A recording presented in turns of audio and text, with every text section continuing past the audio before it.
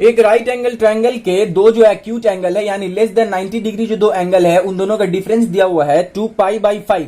तो अब आप बताइए कि उन दोनों एंगल का वैल्यू क्या होगा।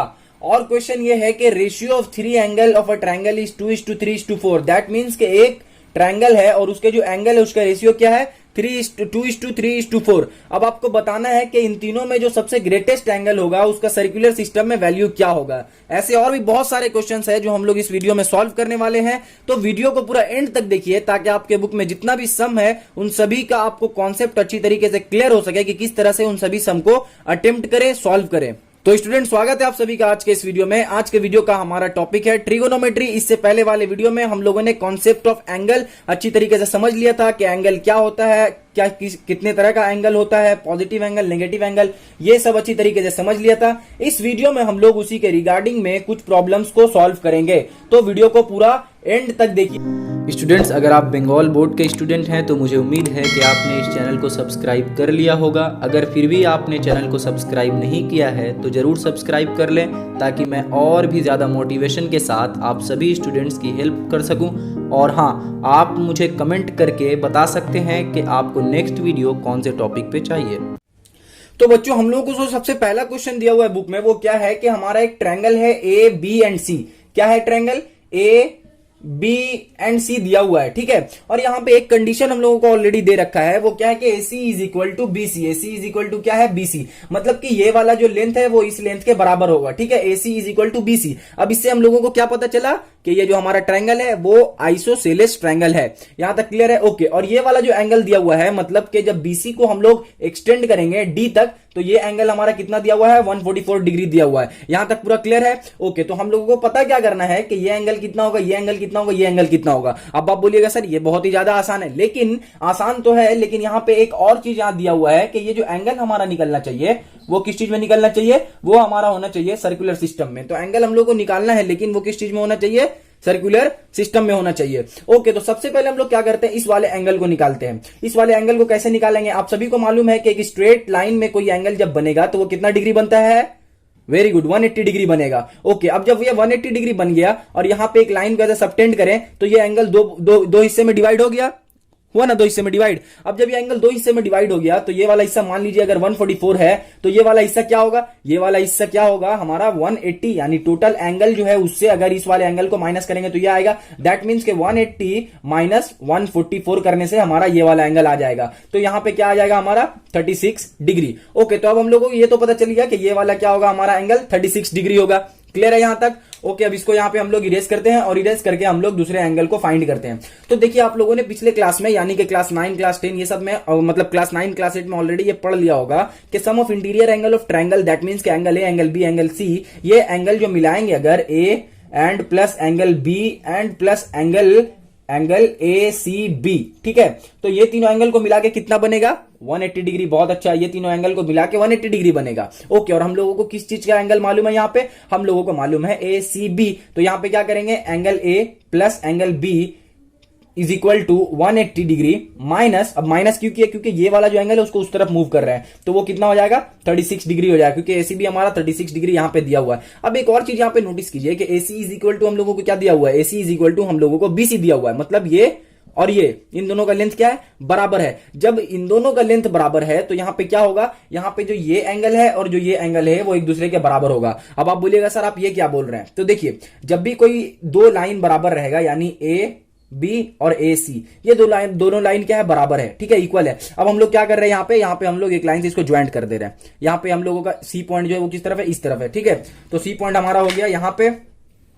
ओके। तो C पॉइंट जब यहाँ पे हो गया तो यहाँ पे क्या हो रहा है कि ये वाला एंगल और ये वाला एंगल, दोनों एंगल यहाँ पे क्या हो जाएगा, बराबर हो जाएगा। इसी तरह से यहाँ पे AC और BC बराबर है तो ये एंगल और ये एंगल, दोनों एंगल क्या हो जाएगा, बराबर हो जाएगा, ठीक है। क्योंकि हम लोगों सभी को मालूम है कि आइसोसेलेस ट्रायंगल का दो एंगल जो है वो इक्वल होता है और दो साइड भी जो होता है वो इक्वल होता है। तो यहां से हम लोगों को क्या पता चला, यहां से हम लोगों को पता चला कि एंगल A और एंगल B दोनों तो आखिरकार बराबर ही है। तो हम लोग सिंपली यहाँ पे क्या कर सकते हैं, एंगल A एंगल B को हम लोग 2 एंगल A भी लिख सकते हैं। अब ये कैसे लिखे, मान लीजिए एंगल B की जगह पे एंगल A को लिख दें, क्योंकि दोनों तो बराबर है। तो यहाँ पे क्या हो जाएगा 2A is equal to 180 degree minus 36 जब होगा तो हम लोगों को आंसर क्या मिलेगा, 180 डिग्री माइनस 36 जब होगा तो हम लोगों को आंसर मिलेगा 144 डिग्री। ओके, अब एंगल ए का वैल्यू निकाल लेंगे तो angle A is equal to हमारा क्या हो जाएगा 72 डिग्री हो जाएगा। दैट मीन्स कि angle A is equal to 72 degree, angle B is equal to 72 degree and angle हमारा क्या है A C B is equal to कितना है 36 डिग्री।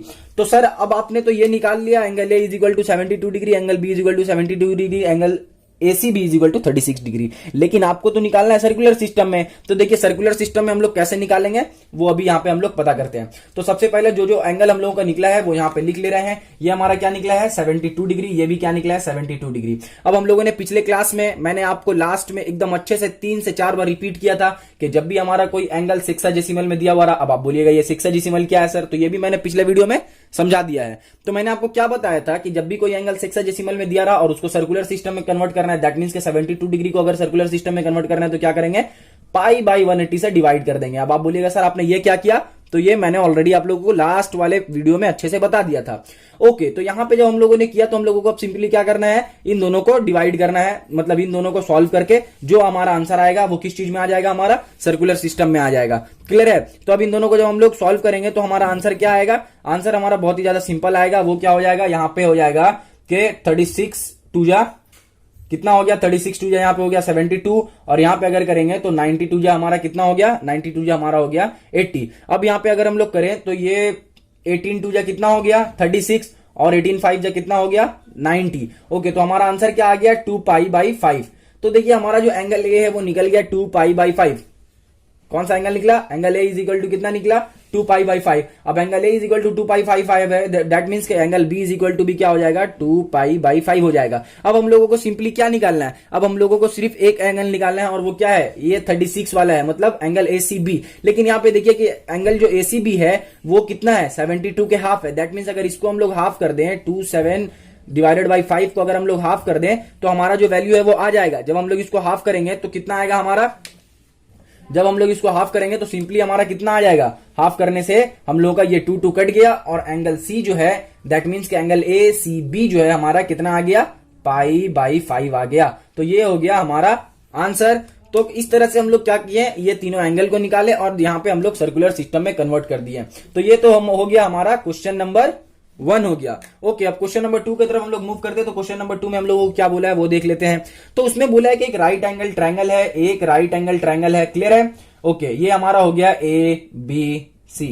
एक राइट एंगल ट्रायंगल है, ये हमारा कितना होगा 90 डिग्री होगा और ये दोनों एंगल क्या होगा एक्यूट एंगल। अब एक्यूट एंगल क्या होता है सर, तो एक्यूट एंगल देखिए हमेशा क्या होगा, acute angle is equal to हमेशा क्या होगा लेस देन 90 डिग्री। ठीक है, एक्यूट एंगल क्या होगा हमेशा लेस देन 90 डिग्री। तो लेस देन 90 डिग्री जो भी एंगल रहेगा उसको हम लोग क्या बोलेंगे, एक्यूट एंगल बोलेंगे। ओके, तो अब हम लोग क्वेश्चन की तरफ बढ़ते हैं। क्वेश्चन में हम लोगों को क्या बोला है कि जो दो एक्यूट एंगल है, ये जो 2 एक्यूट एंगल है दैट मीन्स के एंगल ए क्या मतलब क्या हो गया, angle A minus angle C. बोला गया है कि जो दोनों एक्यूट एंगल है उन दोनों का डिफरेंस कितना है, उन दोनों का डिफरेंस है 2 पाई बाई 5।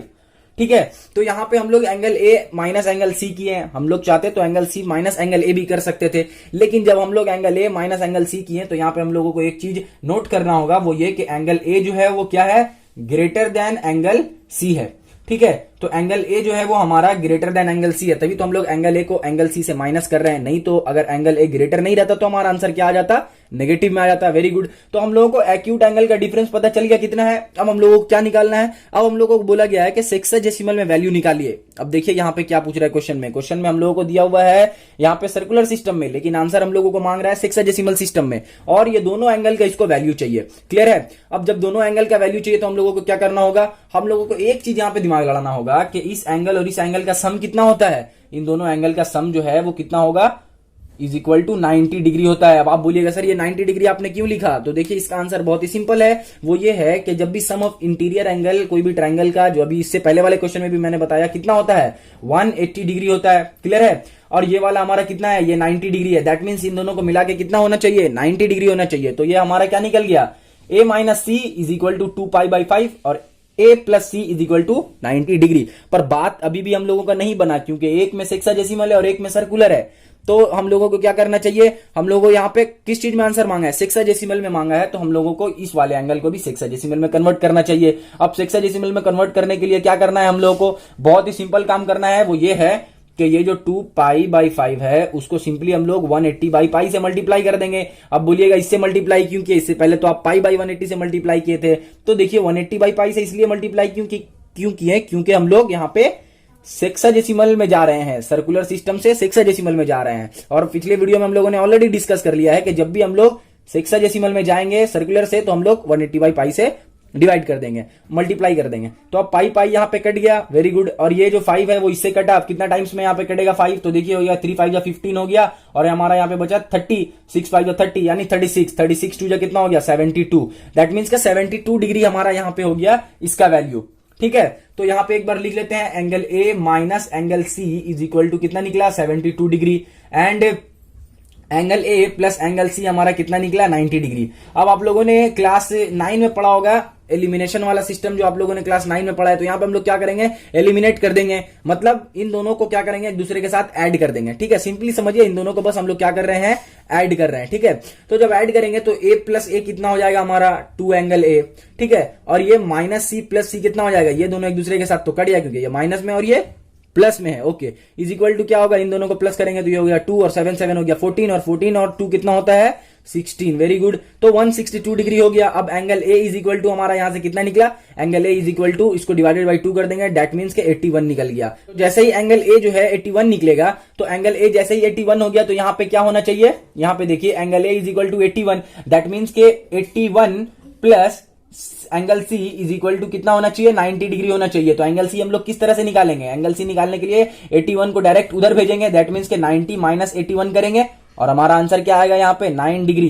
तो angle A is equal to 81 degree और angle C is equal to 9 degree. ये हो गया हमारा आंसर। और किस चीज में ये आंसर है हमारा, ये आंसर हमारा है सेक्साडेसिमल सिस्टम में। इसको मैं ऊपर लिख दूं, यहाँ पे नहीं दिख रहा होगा, तो angle C is equal to 90 degree. Clear है यहाँ तक? तो यहां तक हम लोगों ने 2 क्वेश्चन को जो है वो सॉल्व कर लिया है। अब हम लोग अपने थर्ड क्वेश्चन की तरफ बढ़ते हैं। ये जो भी क्वेश्चन है मैंने चुन चुन के आप लोगों के लिए करवाया है, ताकि आपका कॉन्सेप्ट जो है वो अच्छी तरीके से क्लियर हो सके कि किस तरह से आपके बुक में जो और भी क्वेश्चन है उसको कैसे आप अटेम्प्ट कर सकते हैं। ओके, नेक्स्ट क्वेश्चन हम लोगों को बोला है कि the measure of one angle of a triangle is 65 degree and other angle is इतना, then determine the sexadecimal value and the circular value of the third angle. मतलब कि एक ट्रायंगल है हम लोगों के पास, एक ट्रायंगल है हम लोगों के पास, मान लीजिए वो ए है, बी है एंड सी है। ठीक है, ये हम लोगों ने एबीसी जो है वो मान लिया है। ठीक है, क्वेश्चन नंबर यहाँ पे लिख दे, क्वेश्चन है ये। तो एबीसी यहाँ पे हम लोगों का ट्रायंगल है, इसमें क्या दिया हुआ, मेजर ऑफ वन एंगल, मतलब एक एंगल का जो मेजरमेंट है वो कितना है 65 डिग्री। तो मान लीजिए हमारा बी जो है वो 65 डिग्री है। एक और एंगल यहाँ पे दिया हुआ है, वो एंगल क्या दिया हुआ है, वो दिया हुआ हमारा π/12। ठीक है, π/12, ये हमारा एंगल ए का वैल्यू π/12 है। अब यहाँ पे हम लोगों को बोला है कि वैल्यू बताओ इन तीनों एंगल का वैल्यू क्या होगा।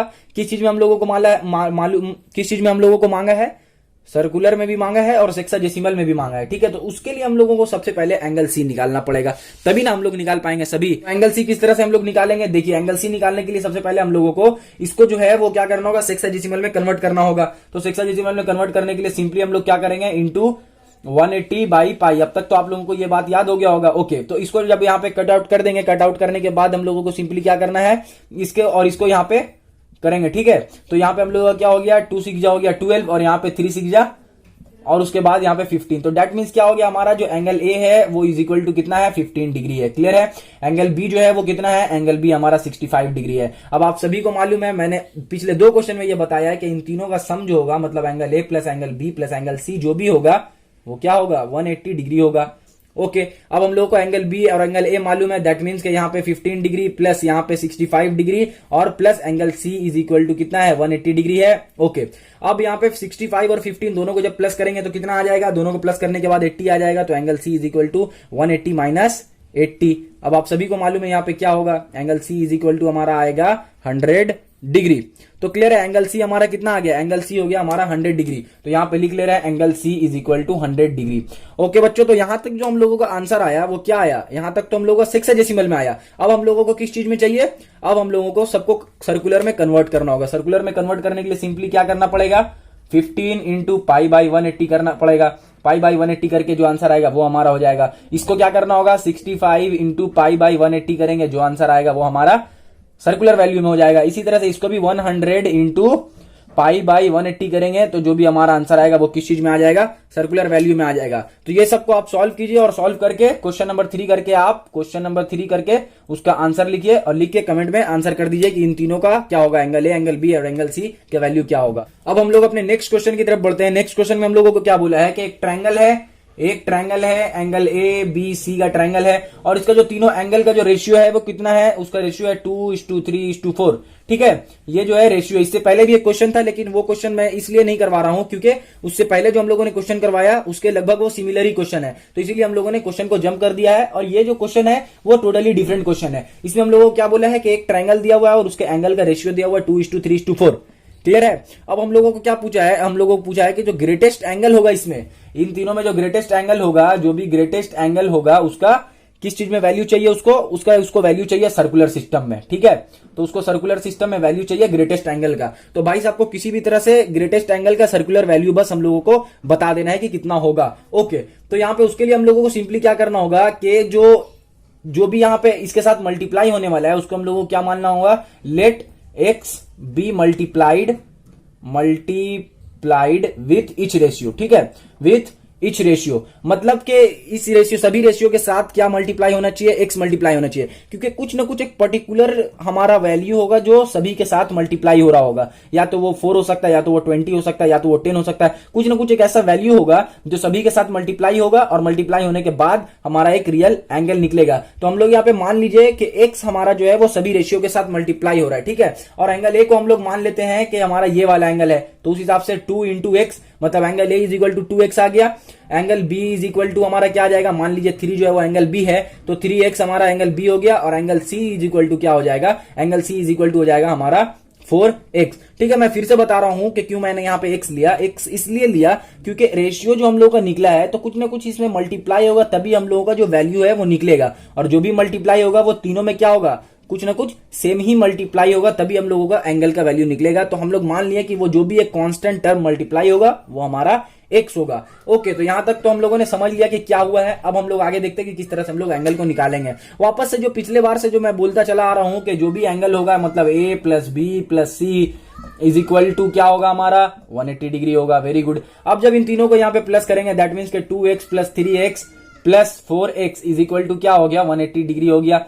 क्लियर है। अब जब इन तीनों को प्लस करेंगे तो क्या हो जाएगा, 3 2 5 5 4 यहाँ पे 9x, तो x को यहाँ पे रखते हैं और 180/9 यहाँ पे कर देते हैं।